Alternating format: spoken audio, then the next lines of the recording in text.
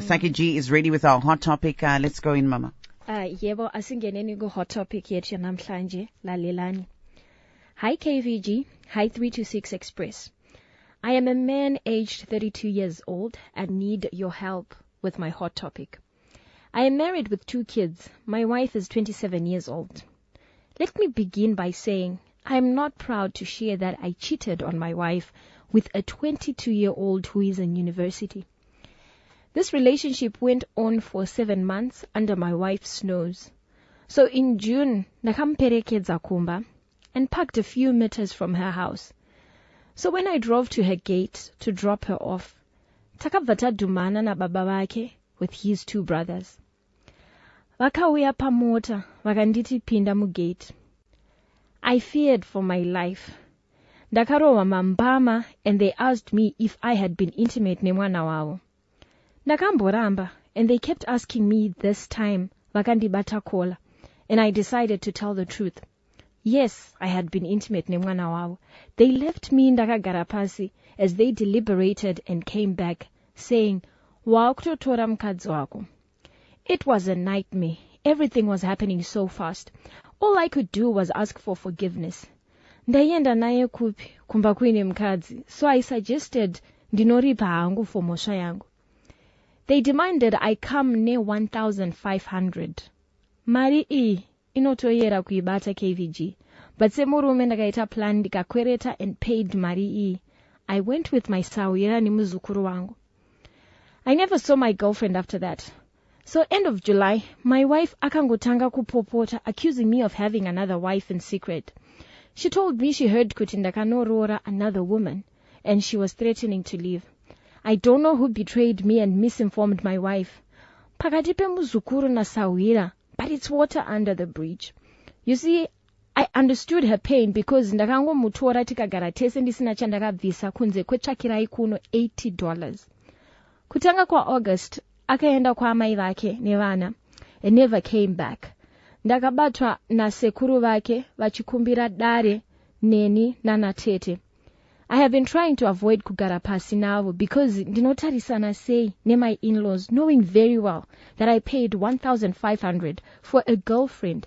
Ndisina kana pfuma yandakabvisa kumudzimai akandibarira vana vangu vaviri.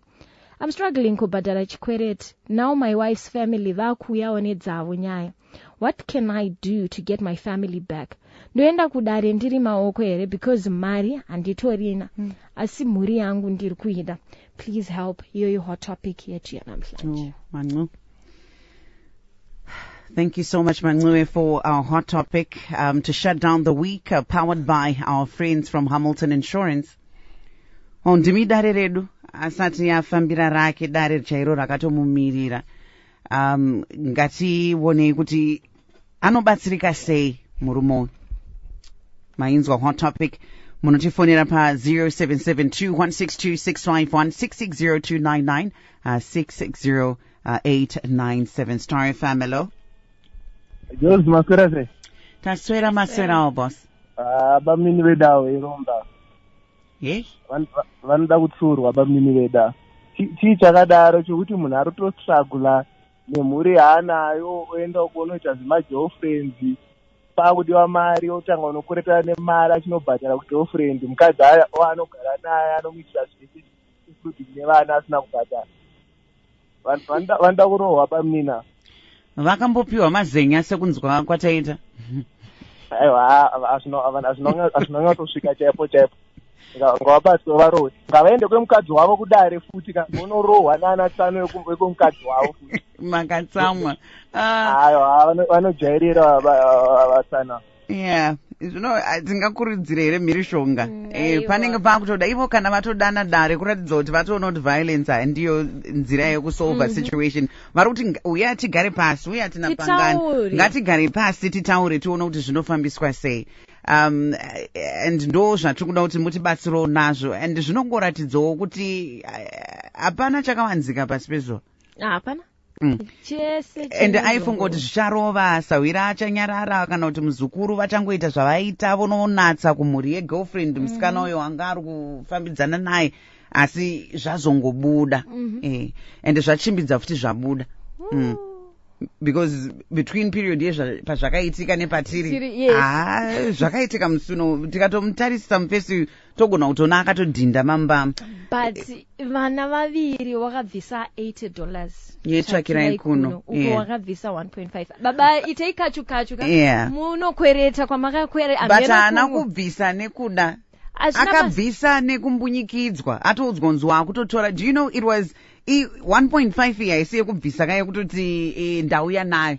Baba vakatoita plani vatoudzwa nzwi maakutotora mukadzi wenyu. Iye akati saka ndinotora mukadzi wangu ndichienda naye kupi, nini wangu mukadzi ndinaye. Are you getting it?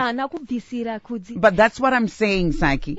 He was trying to do damage control. 1.5 yakabuda for damage control kwete kuti aida. Aiyo iyoyo ndikuti anditi ngaangozvise imomo kuti muposition ngaichiita damage control because mukadzi aenda ngaachiite plan amhanya atsvage 1.5 ameno imwe yakatoti one day because now wakutofanira kuripa mukadzi uyu nezvinhu zvaakaita. Because akatonochiita on top of that kunobvisa kune imwe mhuri mari akaona apa mukadzi wako atone vana 2 for you. Yeah, but you know what, there are certain things that we will never understand. Isu semadzimai tichitarisa varume maitiro avo. Ndichakumbira dare redu tiise vana baba pamberi, vambouya pamberi mutitsanangurirawo kuti what kind mankind. Chi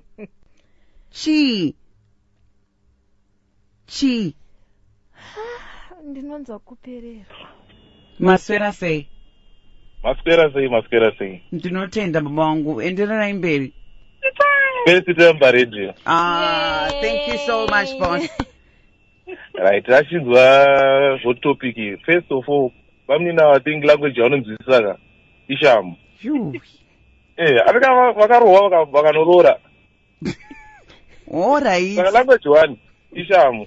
Right, ada kumbatsira manje. I think ngatanga ambonona midare rake ranaro usumboina noona zvekunyara umbesa paside umbonoona vatezvara vake onzwisisana nawo ukumbira regerero pachada kuripwa kabhozi zvambotaura kunzi urombe payapayaka ndo zvavari ka vanongonokumbira regerero ndaiona imi ndo zvandakaita izvi own up to your mistakes. That's the first thing. Mota yaipaka paside ngaaitengese ngaisi mota yake mapedza imi yonorora uko. Aiwa musadaro ndinotenda idare redu vaisa baba pamberi ndo zvatinoda. Madzimai anoremekedza kuti pana baba ndo vanototanga kutaura, baba vatanga vapawo contribution yavo, mama bva vazotera kumashure. Ndo zvatinenge tichida izvozvo kuti tizive kuti tinana baba vatinoremekedza, vatinotanga taita kuti ayo panonzi pari kutaurwa ndo vanotanga vataura tozotera kumashure. Kutochenjedzana ikokoko mumagariro edu sevanhu vatema. Maswera sei? Aswera zvakanaka bosi wangu, endererai nyumberi. Inini chandisiri kunzwisisa pahot topic ndechekuti akaonekwa achidropa girlfriend akutonzi pinda mukati enda unorora kudropa yakangoramba mhosva yacho ipapo. Aiwa. I think paakatadza alright apa maakuda kutomubatsira henyu kuti dai akaita sei, but kubvuma kwaakatoita kupinda mugedhi kwakabva kwauraya game because pane kudisamwa kwaunoitwa once wamuteritori yevanhu. Panovharwa gedhi paipaya wamukati baba wangu zvavo zvinenge zvatoendwa hazvatodhakwa dai akangoramba panze kuti aiwa munhu ndangazomudhiropa saka kumudhiropa imhosara aifangoziramba izvozvo ozopedzera negirlfriend yake atoziramba manje kana azodisamwa asvika pasituation yaasvika imanje patriki kuti akunzi auye kudare ruko hapasina chitsotsi mhuri yake anoida ende ndiye mudzimai wake iyo yanga iri girlfriend yaari kuroreswa ende anatezva vave girlfriend ava vari kuroresa munhu nekuti amaona ari mota koko akabva nekoko meno apapo hai it's now water under the bridge. But zvaakuita akutongoenda uko onoita story yacho ende avo vanoexpecta kuti story yeuko kana vane figure rekwakabviswa kuti wakabviswa 1.5 vanoexpecta story yacho kuti ive pamusoro peiyoyo because ndiye mudzimai wemumba. Ochitoti kwavara motsvaga mari sezvo zvinhu zvacho zvakangooma mufungi. Ini ndo zvandava kutofunga kuti sezvataura mama vauya zvavo kumashure kwababa vapa contribution asi taakuchitora yavo tichiisa pamberi. yekutoti mota kana zvichireva kuti yakutengeswa, ononatsa kumhuri yemudzimai wauri kuti ndiye wauri kuda, akakubarira vana vaviri uyu. Akatungamidza $8 patsvakirai kuno, akarelaxa, akapombonoka, akatozonotsvaga girlfriend iri yanga. Yes, kugara zvake, but kusvika papoint yekuzotsvaga mumwe kunze.